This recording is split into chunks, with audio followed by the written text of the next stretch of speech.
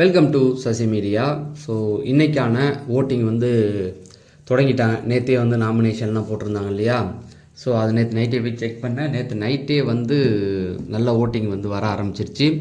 ஒரு 7 பேர் இந்த வாரம் ஃபஸ்ட்டு நாமினேஷனில் வந்திருக்காங்க. அந்த நாமினேஷன் ப்ராசஸ்லாம் எப்படி நடந்தது, என்னென்ன நடந்தது, அது எல்லாத்தையுமே நம்ம வீடியோ போட்டுக்கிட்டு இருக்கோம். அன்சீன் எல்லாமே நம்ம சேனலில் வீடியோவாக வந்துகிட்டு இருக்குது. ஸோ நீங்கள் நம்ம சேனலில் சப்ஸ்கிரைப் பண்ணலாம், சப்ஸ்கிரைப் பண்ணிவிட்டு பக்கத்தில் இருக்க பெல் ஐக்கானுக்கு ஆள் கொடுத்துங்க. அப்போ தான் நான் வீடியோ போட நோட்டிஃபை ஆகும்.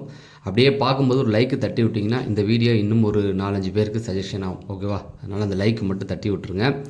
சரி, இந்த 7 பேரில் யார் யார் வந்திருக்கா அப்படின்னு பார்த்தீங்கன்னா, கலையரசன், திவாகர், அப்சரா வந்திருக்காரு, பிரவீன்ராஜ், அதுக்கப்புறம் வினயா, அதுக்கப்புறமேட்டுக்கு ஆதிரே.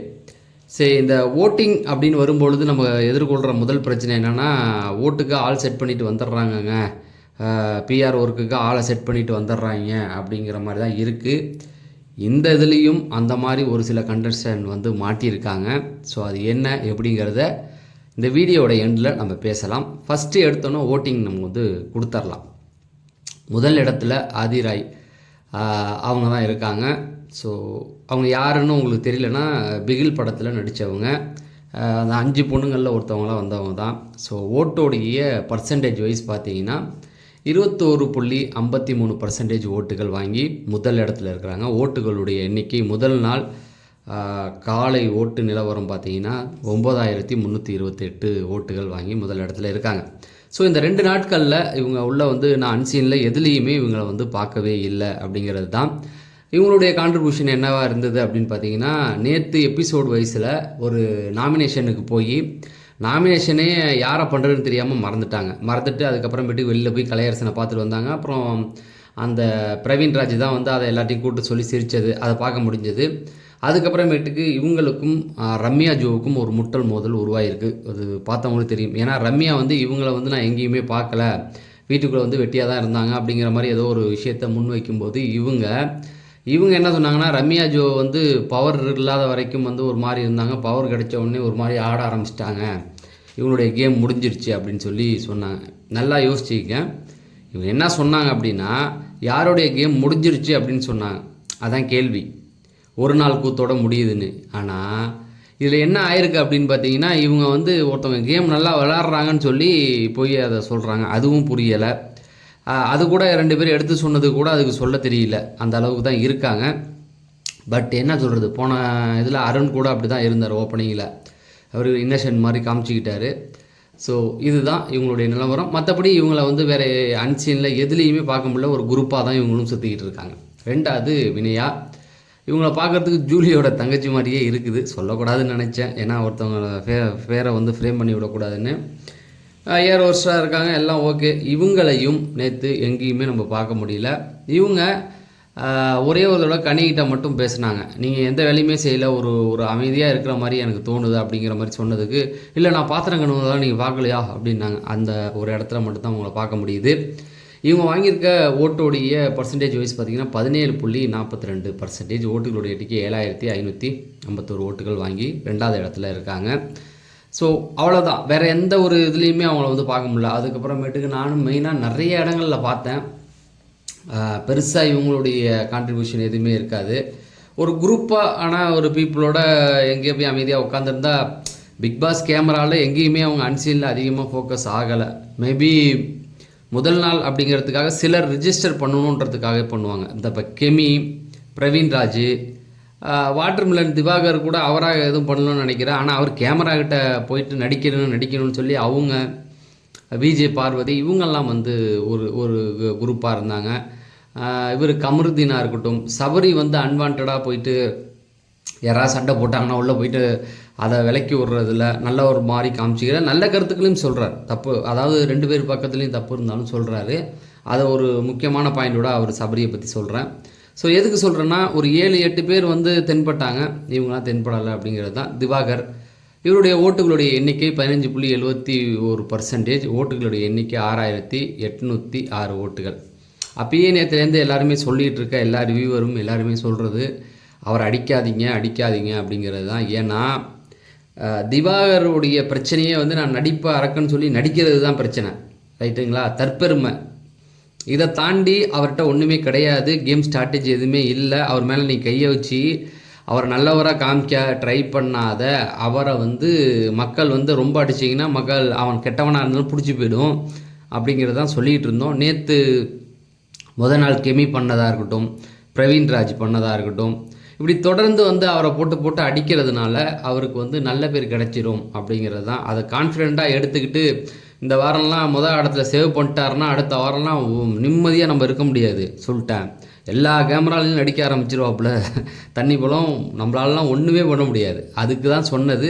அது புரியாமல் அவங்க உள்ள ஒரு கேமை ஸ்டார்ட் பண்ணிக்கிட்டு இருக்காங்க. இதில் உண்மையே சொல்ல முடியாது. அதே சமயத்தில் விஜய் பார்வதியும் இவங்களும் ஒரு ஃப்ரெண்ட்ஷிப் இருக்குது. அண்ணன் தங்கச்சி அப்படி தான் கூப்பிட்டுக்கிறாங்க. ஆனால் நடிக்கிறது இந்த மாதிரியான விஷயங்கள் அவங்க 2 பேரும் அப்பப்போ உட்காந்து பண்ணிக்கிட்டு இருக்காங்க.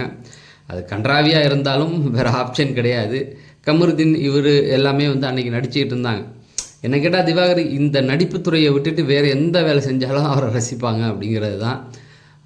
பார்ப்போம் அவர் என்ன பண்ணுறாரு அப்படின்னு சொல்லி. அடுத்தது பிரவீன்ராஜ், அவருடைய ஓட்டுடைய எண்ணிக்கை 13.6 பர்சன்டேஜ் வைஸ். ஓட்டுடைய எண்ணிக்கை 5600. நான் அப்பயே சொன்னேன் அவரை போய் தொடாதன்னு. இப்போ பாரு, உனக்கு பேக் ஃபயர் ஆகி இப்போ நெகட்டிவாக நீ தான் தெரிகிற, அவர் தெரியல அப்படிங்கிறது தான் மெயின். அதுலேயும் அவர் மனுஷனே கிடையாது, மனுஷனாக நான் அவனை மதிக்கலை அப்படின்னும் போது தான் சபரி சொன்னார், அப்படி சொல்லாத நீ, நான் அவனை கோவப்படுற ரைட்டு, ஆனால் அந்த வார்த்தையை சொல்கிறது தப்பு அப்படின்னும்போது தான், இல்லை என்னுடைய துறையை யாராவது அசிங்கப்படுத்தினா இப்படி தான் பேசுவேன் அப்படின்னு சொல்லிட்டு. இப்போ எனக்கு என்னென்னு கேட்குறேன், நீங்கள் தமிழ்நாட்டில் இருக்கீங்க, பெங்களூரில் எல்லாம் விட்டுருங்க, இங்கே நடிக்கணும்னு வந்தீங்க, சீரியலில் நடிக்கிறீங்க, இப்போ சினிமா வாய்ப்பு தான் தேடுறீங்க. இப்போ நீங்கள் உங்களுடைய கனவு என்னென்னா ஹாலிவுட்டுக்கு போகணுன்றது தான். ஏங்க தமிழ் ரசிகர்லாம் பாவம் இல்லையா? நீங்கள் பாட்டு இங்கே நடிக்கணும், அடுத்தது தமிழ் சினிமாவுக்கு போய் நடிக்கணும், எங்களெல்லாம் விட்டுட்டு நீங்கள் ஹாலிவுட் போகிறேன் அப்படின்னு சொல்லிட்டு இருந்தீங்கன்னா நல்லா இருக்குமா சொல்லுங்கள்? பேர் வாங்கிறது இங்கே எங்ககிட்ட, நாங்கள் தான் உங்களுக்கு ஓட்டு போட்டு விட்றோம், எல்லாம் பண்ணி விட்றோம், நீங்கள் நடிக்கிறதெல்லாம் பார்க்குறோம். ஆனால் நீங்கள் எங்களை விட்டுட்டு கடைசியில் ஹாலிவுட் போயிடுவோம் அப்படிங்கிற மாதிரி ரஜினிகாந்த் சொல்லிகிட்டு இருந்தார் இல்லையா ரொம்ப நாளாக, நான் இமயமலைக்கு போகிறேன் அப்படின்னு. அந்த மாதிரி, ஆனால் இன்ன வரைக்கும் அவர் போகல, அது வேறு பிரச்சனை. அந்த மாதிரி தான் இவரும் ஹாலிவுட் போகிறேன்றீங்களே, அது சரியா? எதுக்கு சொல்கிறேன்னா, அவர் ஏதோ சம்திங், அது பேரெல்லாம் சொல்ல வேணாம். திவாகர் வெளியில் பேசினார்னா அது வெளியில் முடிஞ்சு போச்சு. வெளியில் நடப்பதை வீட்டுக்குள் கொண்டு வரக்கூடாது, அதுதான் சரியான விஷயம். ஏன்னா வெளியில் நடக்கிறதுக்கும் பிக் பாஸ் வீட்டுக்கும் சம்மந்தம் இல்லை. பிக் பாஸ் வீட்டுக்குள்ளே அவர் என்ன பண்ணுறாரு அதுதான். ஆனாலும் திவாகர் புளிஞ்சு எடுத்துட்டாப்புல, குரட்டை விட்டதில் கையை நீட்டெலாம் பேசாத, ஆச்சி பூச்சின்லாம் அந்த நம்ம ஆள் பிரவீன்ராஜ் உதார விட்டார். அடுத்த ஃபைட்டுன்னு எடுக்கிறாருங்க திவாகர். நான் வேணா சொல்கிறேன் பாருங்கள், கண்டென்ட் கொடுப்பாப்புல. ஆனால் நடிக்கிறத நிறுத்திக்கிட்டு எது வேணால் பண்ணலாம். தற்பெருமை பேசுகிறது, இந்த 2 விஷயந்தான் அவர்கிட்ட பிடிக்க மாட்டுது. ஆனால் இவர் நெகட்டிவ் ஃப்ரேமில் தான் இப்போ வந்துட்டார் பிரவீன்ராஜ். அதை கொஞ்சம் மாற்றிக்கணும். அடுத்தது அப்சரா, அவங்க பர்சன்டேஜ் வைஸ் 12.89, ஓட்டுகளுடைய எண்ணிக்கை 5087. நான் ஒவ்வொரு தடையும் இதை சொல்கிறேன், இது கடைசி தடவையாக இருக்கட்டும். அப்சரா அவங்க அப்படிங்கிறவங்க டிரான்ஸ்ஜெண்டர். எதுக்கு இதை சொல்கிறேன் அப்படின்னா, மக்களுக்கு இப்போ பேர்லாம் ஞாபகம் இருக்காது இல்லையா, அதனால் சொல்ல வேண்டியிருக்கு. அதை அடிக்கடியும் சொல்லக்கூடாது அப்படின்னு நினைக்கிறேன். பட் இந்த பேர் எல்லாருக்கும் ஞாபகம் வரணும், முகம் ரிஜிஸ்டர் ஆகணும் இல்லையா, அதுக்காக சொல்கிறது தான். தவறாக யாரும் எடுத்துக்கொள்ள வேண்டாம். அடுத்து வர்றதில் அவங்களுக்கு பேர் தெரிஞ்சிச்சுன்னா அப்புறம் பார்த்துக்கலாம். சரி, இவங்களுடைய ப்ரெசன்ஸ் பார்த்தீங்கன்னா ஒன்றும் பெருசாக இல்லை. அதுதான் நேற்று எல்லாருமே அடிக்கும்போது கூட இவங்களை அடித்தாங்க. இதுக்கெல்லாம் கொஞ்சம் டைம் எடுக்கும். ஏன்னா நமக்கே தெரியும், ஒரு குரூப்பான ஒரு இடத்துல இவங்க உள்ளே வரும் பொழுது இவங்கள் மீது எப்படி பார்வை, இவங்களை எப்படி பார்ப்பாங்க அப்படிங்கிற ஒரு எண்ணம் அவங்களுக்கு இருக்கும். கரெக்டாக மிங்கிள் ஆகுவாங்களா அப்படிங்கிற ஒரு எண்ணம் இருக்கும். ஸோ இதெல்லாம் கொஞ்சம் டைம் எடுக்கும். அதனால் இவங்க எந்த அளவுக்கு இவங்கெல்லாம் வெளில வருவாங்கன்னு சொல்ல முடியாது. ஆக்டிவாக என்னென்ன பண்ணுவாங்க, சிவீன் பண்ணாங்க 6வது சீசனில். பட் அந்த சிவீனுக்கு சப்போர்ட்டாக விக்ரமன் இருந்தார். விக்ரமனை பற்றி 1000 கருத்து வேறுபாடுகள் இப்போ இருக்கலாம், ஆனால் அவங்களுக்கு முழு சப்போர்ட்டாக இருந்தார். விக்ரமனுக்கு சப்போர்ட்டாக கமல் இருந்தார். ஸோ இந்த சீசனில் அவருக்கு சப்போர்ட்டாக ஒரு நல்ல ஒரு ஆள் ஒன்று பக்கத்தில் போய் உட்காந்தா தான் அவங்களாலாம் எக்ஸ்போஸ் ஆகி வெளியில் வர முடியும். அந்த ஒரு ஆள் யாரும் தெரியல. ஏன்னா அது வரைக்கும் அவங்களால தயங்கி தான். என்ன பிரச்சனைனா, அவங்கள ஏற்றுக்குவாங்களா அப்படிங்கிற ஒரு பயம் இருக்கும். நம்மளை ஏற்றுக்குவாங்களா, என்ன மாதிரி நம்மளை பார்க்குறாங்க அப்படிங்கிற ஒரு எண்ணம் இருக்கு இல்லையா. ஸோ அதுதான், அது பார்ப்போம். ஆனால் நிறைய பேர் இருக்காங்க. இப்போ சபரி மாதிரியான ஆட்கள்லாம் ஓரளவுக்கு சப்போர்ட் பண்ணுறாங்க. ஃப்ரெண்டே தப்பு பண்ணாலும் கூப்பிட்டு சொல்கிறாங்க. கமருதீன் வந்து அவர் ஃப்ரெண்டு தான், தப்பு பண்ண கூப்பிட்டு சொல்கிறாரு. ஸோ நிறைய பேர் இருக்காங்க. விஜய் பார்வதி ஒரு சப்போர்ட் பண்ணுறாங்க. இப்போ இந்த டைரக்டர் இருக்கார்ல, அவர் கூட எல்லாருமே சப்போர்ட் பண்ணுறாங்க. கொஞ்சம் அவங்க வெளியில் வரத்துக்கு அவங்க தான் முயற்சி பண்ணணும். ஏன்னா அவங்களுக்கு கிடைச்ச மிகப்பெரிய வாய்ப்பு இது. இந்த வாய்ப்பை பயன்படுத்தி அவங்க வெளியே வந்து அவங்க லைஃப் எங்கேயோ போயிடும். அடுத்தது பார்த்திங்கன்னா கலையரசன் 10.43 4520 ஓட்டுகள் வாங்கியிருக்காரு. கலையரசன் இவருக்கு பிரச்சனையும் அதுதான். கலையரசனும் வந்து நம்ம வெளியில் எங்கேயுமே பார்க்க முடியல. நேற்று அமைதியாக ஒரு இடத்துல உட்காரது போகிறது அதெல்லாம் வந்து நேற்று எல்லாருமே சொல்லி அடித்தாங்க. ஆனால் அடித்ததுக்கு அப்புறமேட்டுக்கு துஷ்ராவுக்கு வந்து அவர் ரிப்ளை பண்ண ஒன்று கொடுத்தார்ல, செமையாக கொடுத்தார் இல்லை. அந்த இடத்துல வீட்டில் உள்ளவங்க எல்லாருமே கை தட்டினாங்க. இன்னொன்று ரெண்டாவது ஒரு விஷயத்தை வந்து எனக்கு என்னை யார் உள்ளே போய் நாமினேட் பண்ணீங்க அதை நான் அப்போ கண்டுபிடிச்சேன்னு சொன்னேன். அந்த இடம்லாம் கலகலப்பாக தான் இருந்தது எபிசோடில். கலையரசனை பொறுத்த வரைக்கும் நான் சொல்ல வர்றது என்னென்னா, அவருடைய வெளியில் பண்ண விஷயத்தெல்லாம் மறந்துடுங்க. அவர் அந்த இன்ட்ரோ வீடியோவில் சொல்லியிருந்தார் பாரு, பல விஷயங்களை கடந்து நான் இங்கே வந்திருக்கேன் ஒரு மாற்றத்துக்காக அப்படின்னும் பொழுது அவரே சொல்லியிருக்காரு, நாங்கள் கண்டென்ட்டுக்காக எதோ பண்ணுறோன்னு. அதை தான் வந்து ஆதிரியை வந்து சொன்னாங்க, கண்டென்ட்டுக்காக எதோ பண்ணுறவங்க இந்த வீட்டில் இருக்கக்கூடாது அப்படின்னு சொல்லி நாமினேட் பண்ணாங்க. அதை சொல்கிறதுக்கு அவங்களுக்கு அந்த உரிமையே இல்லை. வீட்டுக்குள்ளே பிக்பாஸ் கேட்டிருக்கணும், வீட்டுக்குள்ளே நடந்த வச்சு பேசுமா அப்படின்னு. அது ஏதோ பிக்பாஸ் ஏதோ உட்காந்துருக்காரு, விடுங்க. எதுக்கு சொல்கிறேன்னா, அவர் வீட்டுக்குள்ளே நடந்ததை மட்டும் பார்ப்போம், வெளியில் நடந்ததெல்லாம் விட்டுடலாம். அதெல்லாம் நம்ம கண்டுக்க கூட தேவையில்லை. வீட்டுக்குள்ளே நல்லா விளையாண்டாருன்னா ஓகே தான், ஆனால் வெளியில் வரணும் அப்படிங்கிறது தான் சரியாக தப்போ. இப்போ போன வாட்டிலாம் ஒருத்தர் வந்து பேர் சொல்ல விரும்பல, வெளியில் நெகட்டிவ், வீட்டுக்குள்ளே வந்து அமைதியாக இருந்து நல்ல பேர் வாங்கணும்னு பார்த்தாரு, அதெல்லாம் முடியலை. ஆனால் நல்லா புரிஞ்சுக்கிங்க, நடித்தோம்னா நமக்கு பேர் கிடைக்காது. நம்ம பாட்டுக்கு இப்போ திவாகருக்கு வந்து வெளியில் இருந்ததை விட இப்போ கொஞ்சம் நெகட்டிவான பேர் போய் கொஞ்சம் பாசிட்டிவாக தான் வருது. ஒருவேளை இவனை அடிக்கிறாங்க அப்படின்னு சொல்லி வராங்களான்னு தெரியல. அந்த மாதிரி நம்ம இயல்போடு நம்ம இயல்பாக இருந்துட்டோம்னா நமக்கு நல்ல பேர் கிடைக்கும் அப்படிங்கிறது தான் அவருக்கு சொல்லலாம். அடுத்தது பிரவீன் காந்தி 8.86%.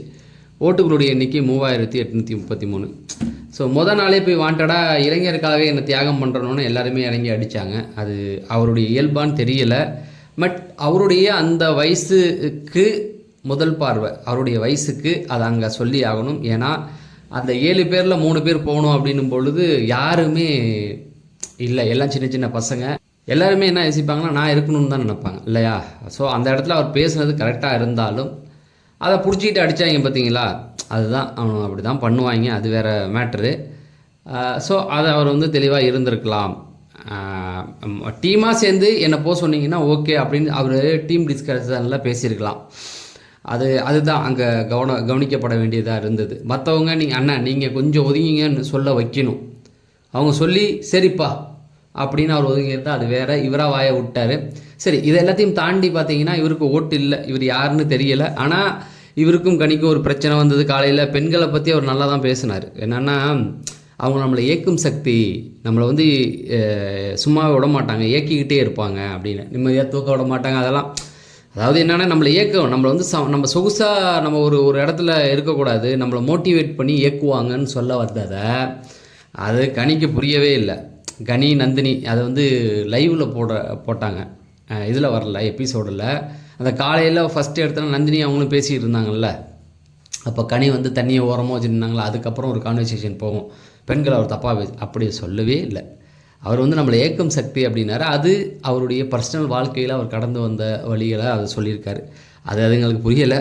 சரி, இதெல்லாம் வந்து நடந்தது. இப்போ இதில் எனக்கு என்ன பிரச்சனைனா, அந்த ஆதிரி வினயா இருக்காங்கள்ல, இதில் கடைசி இடத்துல இருக்கிற கலையரசனாக இருக்கட்டும், பிரவீனாக இருக்கட்டும், அப்புறம் இந்த ஒரு 4 இடத்துக்கு கீழே இருக்கிறவங்க எல்லாருமே வந்து பெருசாக எந்த அப்சரா இவங்களாம் வந்து எந்த ஒரு கண்டென்ட்டும் கொடுக்கல. இவங்க கடைசி இடத்துல இருப்பது எந்த ஆச்சரியத்தையும் தரல.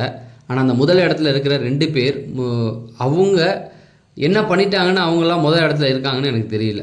ஸோ இதுக்கு சந்தேகப்படக்கூடிய ஒரு விஷயமாக தான் எனக்கு தோணுது. மேபி ஆர்கானிக் ஓட்டுனா அது சந்தோஷம்தான். ஆனால் அவங்களாம் 2 நாளாக யார் கண்ணுக்கு தெரியாத ஒருத்தவங்களுக்கு வந்து டக்குன்னு எடுத்த உடனே ஓட்டுகள் விழுது அப்படிங்கும்போது அது ஒரு சந்தேகத்துக்கான ஒரு விஷயந்தான். இப்போ திவாகர் பேர் தெரியுது, பிரவீன்ராஜ் தெரியுது, அடுத்தது இன்னும் 2 பேர் தெரியுதுன்னா அவங்கெல்லாம் வந்து அந்த வீட்டுக்குள்ளே ஏதோ ஒன்று பண்ணியிருக்காங்க, நல்லதோ கெட்டதோ. இவங்களெல்லாம் நம்ம கவனிக்கவும் இல்லை, பெருசாக எதுவுமே பண்ணல. வந்த உடனே அவ்வளோ ஓட்டுகள் போடுறது யார் அப்படிங்கிறது தான். ஸோ அது ஒரு சந்தேகமாக தான் வைக்கிறேனே தவிர அதை உங்கள்கிட்ட நான் வந்து இல்லை அவங்களுக்கு தப்பாக ஓட்டு வருதுன்னு சொல்லலை. எனக்கு ஒரு டவுட் இருக்குது, அதை உங்கள்கிட்ட சொல்கிறேன். உங்களுக்கு இதில் யாரை பிடிச்சிருக்கு, யாருக்கு அதிக ஓட்டு போடணும்னு நீங்கள் நினைக்கிறீங்க அப்படிங்கிறத கமெண்ட் செக்ஷனில் கண்டிப்பாக சொல்லுங்கள்.